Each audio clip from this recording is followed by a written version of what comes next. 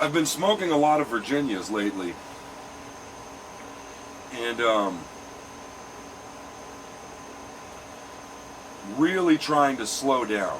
They've been teaching me to really slow down, and I'm trying to smoke most of the time so slowly. Like, I'm trying to smoke just fast enough to keep the pipe lit, and that's it. No faster, no stronger than that. The Virginias have been teaching me that. I'm enjoying them a lot, but I'm kind of getting a little burnt out.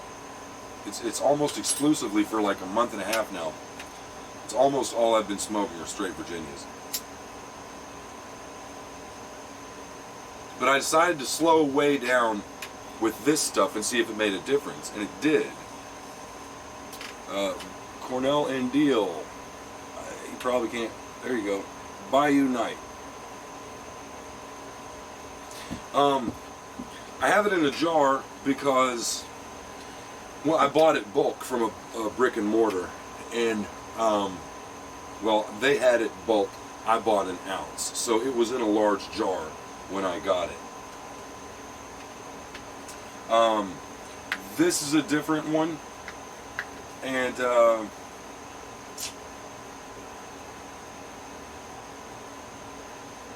I kind of wasn't sure if I should do a video on it now or not, but I will because it's an interesting one. This is a totally different ballpark from anything else that I've encountered so far. I will pack a bowl, smoke it.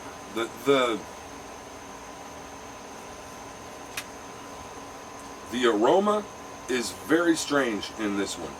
I picked Bayou Night because I was in this brick and mortar that had a very good selection of tobacco. It wasn't huge, but what they had was pretty impressive. They had a lot of stuff that's very popular right now that's really difficult to get your hands on. And the guy had reasonable prices on it. He even had some McClelland blends. Those were also in jars. He said they were from his father's personal stash, his dad's personal stash from like 30 years before. And his dad had either passed away or he didn't smoke a pipe anymore. This was the Cigar Inn in Phoenix, Arizona. Sal was the name of the guy that ran the place. A really nice guy. If you are in Phoenix and you need some supplies, look for the Cigar Inn. It didn't come up immediately on any searches that I made for pipe supplies in the Phoenix Valley metro area. But I heard about him from someone else and went in to check him out. Really nice guy. Cool laid back shop. He's got a good selection of pipes in there, including a lot of interesting meerschaums. Sal, it was his name. I don't know his last name.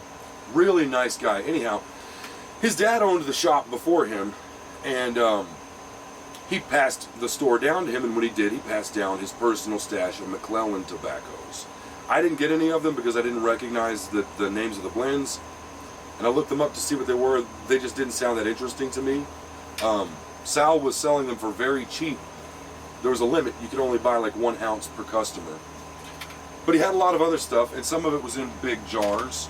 And they were blends that were, some of these big jars were blends that typically you can only get them by buying a tin.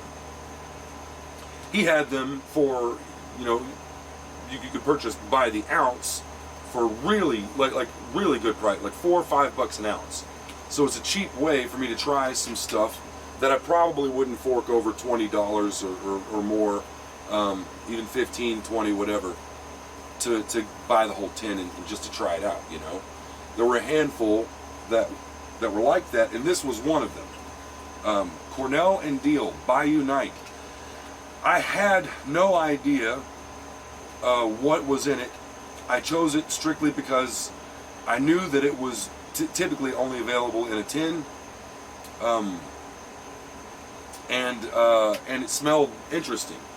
Now, I was bouncing around at the time just sniffing a bunch of different jars, so all I caught was, that's different, that's weird, I'll take an ounce of that. And I didn't really sit and soak up the aroma of it much.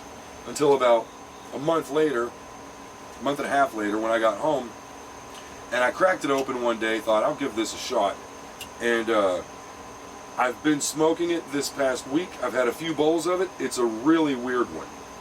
I did go ahead and look it up online, and it is billed as an English blend. It tastes nothing like any of the English blends that I've had up until now. For starters, the note, the smell, this has been in my jar for about, a month and a half, I think. The smell is, the immediate smell that hits me is dog crap, is dog poop. It's not horse manure, it's not cow manure, it's not fertilizer, or like the kinds of fertilizers you might smell in mulch. It smells distinctly like dog crap. Not fresh, wet dog crap, but specifically dog poop that has dried out in the sun for a couple days. And then you go out in the backyard to clean it up, and when you scoop the scooper under there, the shovel, whatever, and this like, you get what I'm saying. The underside of the poop is wet, the top is dry. I know that's insanely specific. I swear to you, that's how specific this smells. That's exactly how this smells to me. A very specific kind of dog poop that has that you've encountered under very specific circumstances. That's what I'm getting out of this, mixed with cigar. It's very strange. So, I'll load a bowl here. It's really weird. It's really weird. So I cracked open the jar and I thought, well, this is, okay, this is strange. Let's see what it tastes like. The first couple of bowls, I didn't get much out of it except just cigar. Cigar was all I was tasting. Harsh cigar. Not terribly harsh, but really a raw kind of thing. Not as bad as the jackknife, but it reminded me of jackknife. It was like, even the draw, it's dog shit. It's very weird, this one.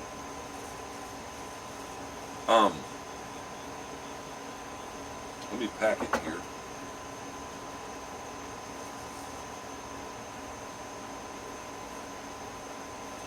First couple of bowls, I didn't get much at all out of it except a nasty cigar taste. I don't like cigars. I don't want a pipe tobacco that smells like cigars. It tastes like cigars, and that's all I was getting out of this. Let me light it up, because I kept smoking it, and I'm getting something different. When you slow it way down, there is there's an element that I think, well, let me back up. The overriding flavor is, the overarching flavor here is cigar. But you go slower, and that kind of subsides a little bit, and I'm getting a little bit of kind of a Virginia taste, but it's not the hay Virginia, and it's not the sweetness of the Virginia, and there's no tang. It's like the body of the Virginia that holds all that together, if that makes any sense. That's kind of what I'm tasting here. I'm picking a little bit of that up.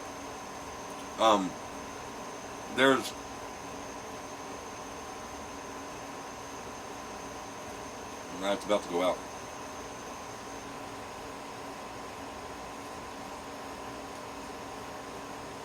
There's something that reminds me of burley. There's a smoothness, kind of a cloudiness that reminds me of burley, but doesn't taste like burley. It tastes like a cigar.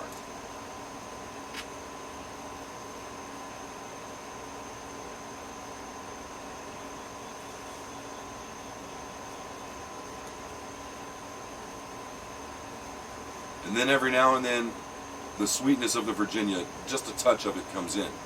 Here's what's interesting. You also get, throughout the bowl, that dog crap taste. It comes and goes, but it's altered. It moves into more of a compost or manure, like cow manure, you know, fertilizer. Manure that's being used as fertilizer. It's been sitting out a little while, mixed in with some earth. It's almost like that. And when you puff it very lightly, that slight manure taste, aroma, transforms into chocolate. Just a fuzz of... I sound crazy. I feel like I sound crazy saying like I made this up. I feel like I'm just pulling this out of my ass. Like I made up this review. Yeah, I'm just making this crap up. I swear everything I'm saying is true.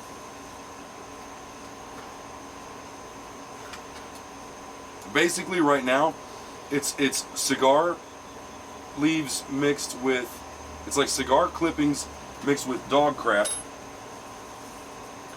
But then you smoke it slow and Virginia rises a little bit and the dog crap kind of turns into chocolate. I don't know how to explain it.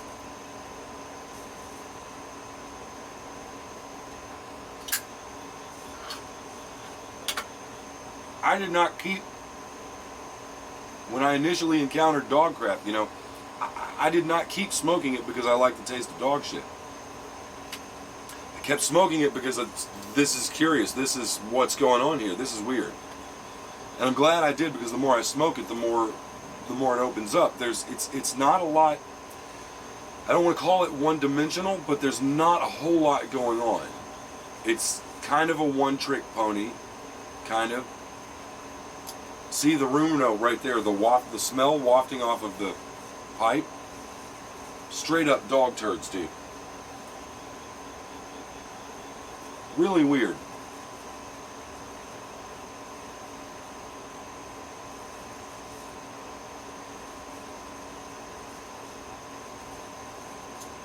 Yeah, but then you chuff it a bit and I'm getting some of that sweet Virginia. The dog crap element goes back into the background and it just pops its head up here and there. The Virginia starts coming out of there. But it's like I almost wonder if it's dark fired. The cigar aspect of it reminds me of Jackknife Ready Rubbed a lot, only it's nowhere near as harsh. And I'm starting to wonder if that cigar taste, what I think of as a cigar taste, is dark fired tobaccos. I'm going to do a dark fired run. I'm on the Virginia run, I'm on a Codger run, I'm kind of in a Burley run, I haven't really kicked it off yet. I'm going to do a dark fired run. I've got a couple of tobaccos waiting for that one, because I need to understand dark fired. Even if I don't like it, I need to understand it.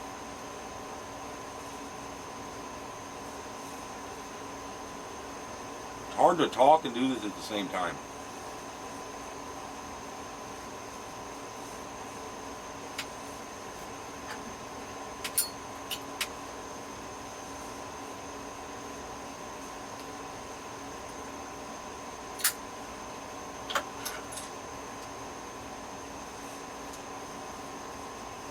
Now see there?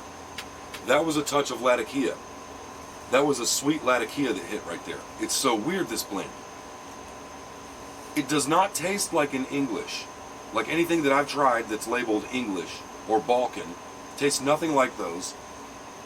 It doesn't taste like Jackknife Ready Rub, aside from the fact that it's got a lot of cigar to it. You can play a drinking game with the amount of times that I say cigar and dog shit in this video. It's up to your discretion. Ugh. You do not want to run this through the nose.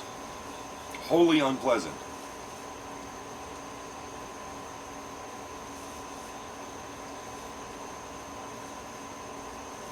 Just a small amount on the tongue. There's a little bit of chocolate. Not cocoa like you get in Prince Albert sometimes, but chocolate. Not quite a dark chocolate.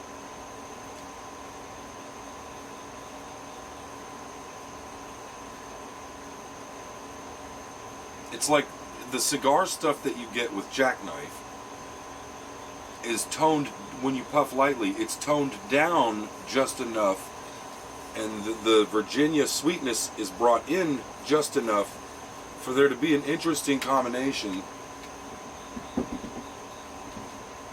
of this sweet natural tobacco kind of thing.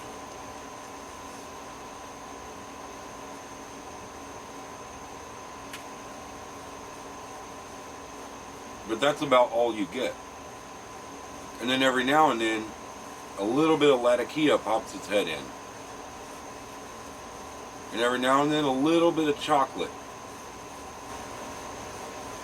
I've been doing these focused runs of different categories, varietals, whatever you would call it. And it's like, I feel like, you learn about a new area, like it's almost like moving through a house or a building with a lot of rooms, and you learn about these different rooms, like, okay, this is straight Virginia, this is Burley. You learn about them, and I keep thinking that I've got a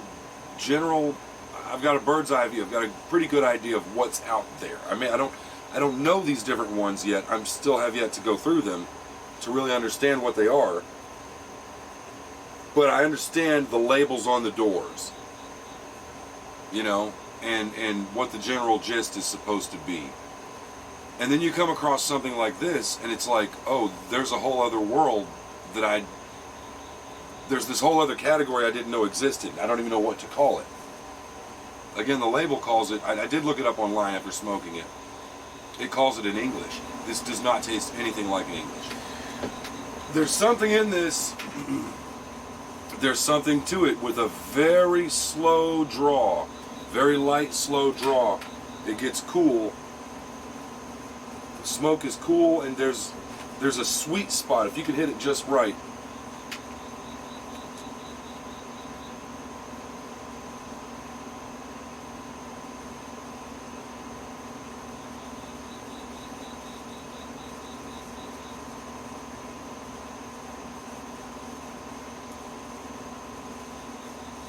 It reminds me of picking a string on a guitar.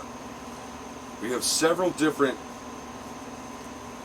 a handful, not several, but a handful of different flavors that are all kind of running parallel to each other. They don't really intersect with each other, right? Like the strings on a guitar. And if you puff it just the right way, it's like picking one of those strings. If you can line yourself up just right and pluck that one, you're getting really nice sweet tobacco, sweet cigar, not a harsh cigar. A cigar that actually has some flavors, some personality to it. It reminds me of Ahab's Comfort without really tasting much Latakia. The Latin here is very, very light. It's light enough you're not sure, you feel like you might be imagining it, I feel like. But it reminds me of Ahab's Comfort as far as being heavy, dark, thick. It's pretty strong on the nicotine, fairly. It is not delicate. It's kind of a. Now there was some roasted Latakia right there. You get deeper in, and the Latakia starts coming up. It's kind of a blunt taste. I don't know, like obtuse. Like it's. There's not a lot of complexity. There's not a lot of nuance and subtlety. Something pops its head in for a minute and then goes away, but there's nothing consistent other than just this kind of dull cigar base with other things coming to the surface a little bit and then kind of going back. I feel like I'm both saying that it has layers and saying that it doesn't.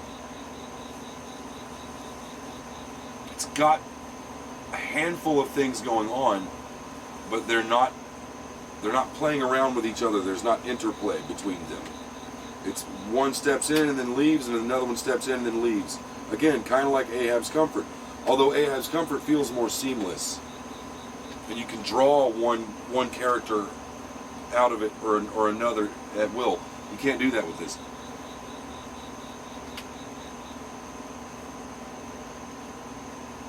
I don't taste any Oriental at all, or what I would recognize as Oriental.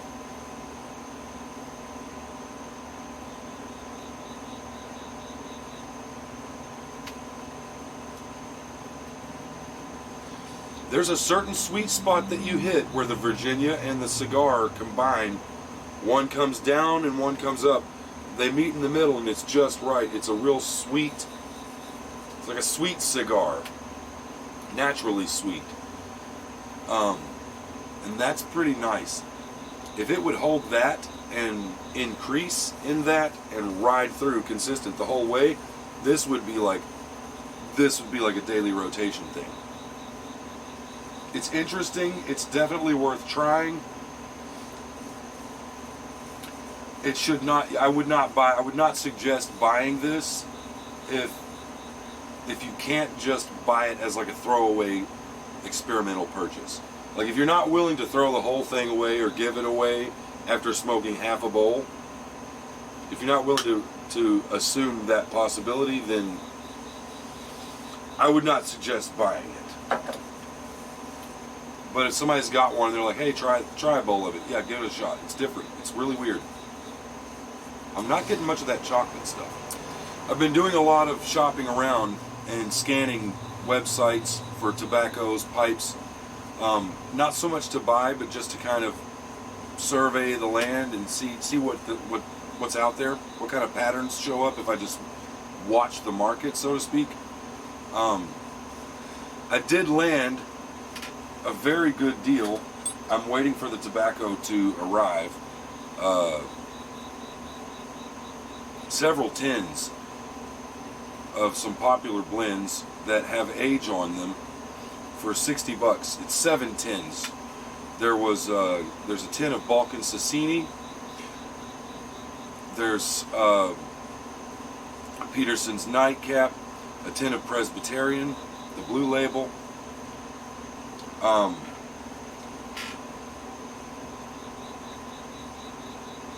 Cornell and Diehl Speakeasy.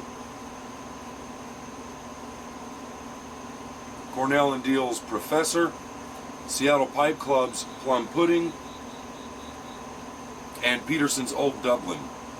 All of those for $60 shipped. That's after shipping and everything. I found it on a forum somewhere. Somebody was, one of the pipe forums where they're swapping and trading and selling, buying tobacco. I'm taking it in good faith that it's legitimate. They don't have a bad reputation on the website. I think things are going to be all right. But yeah, $60. The guy wanted to get rid of it to make room in his cellar, and it's stuff he doesn't like and he doesn't care for, I guess. So that's pretty cool. But I've been seeing deals like this, and man, it just makes it hard to go buy any tobacco at a brick and mortar.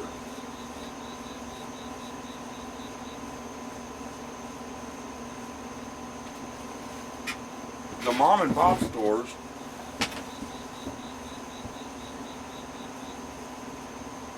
are so few and far between that I want to support them. I really, really want to. But it's hard to justify spending $30, $25 for something that I can find online for $10. And that will be the death of our way of life. That'll be the death of a lot of things. It's moving that way. It's just a bummer, man. I mean, it's awesome that you can get these great deals, but I wish I could support the stores. And so I try to, when I go in there, by buying their house blends, because those are less expensive. I can get a wider variety for the same amount of money. Plus, it's probably lower overhead for them, because they can buy bulk and blend it themselves. But I got to be honest, I'm a few months in here, and I'm starting to become convinced that, well, let me put it this way. I'm seeing a pattern that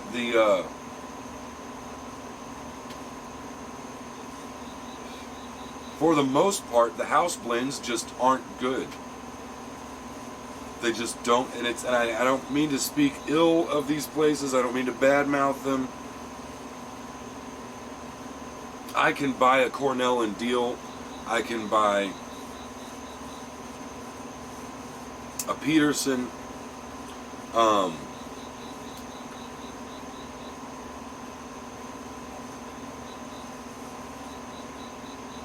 Samuel Gawith, and I know that what I'm going to get is going to be quality. It's like you can taste it. Even if I don't like the blend, I can taste that this is quality tobacco.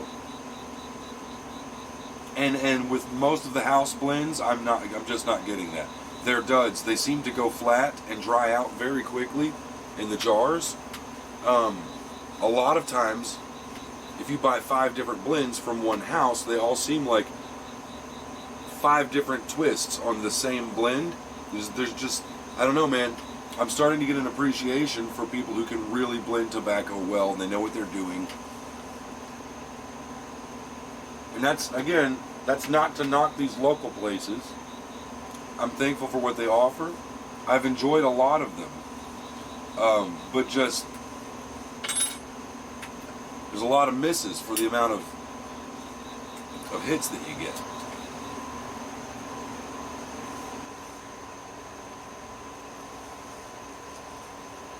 This blend is worth buying. I'll try and wrap this up. It's worth buying or trying out. I wouldn't buy a lot of it out of the gate.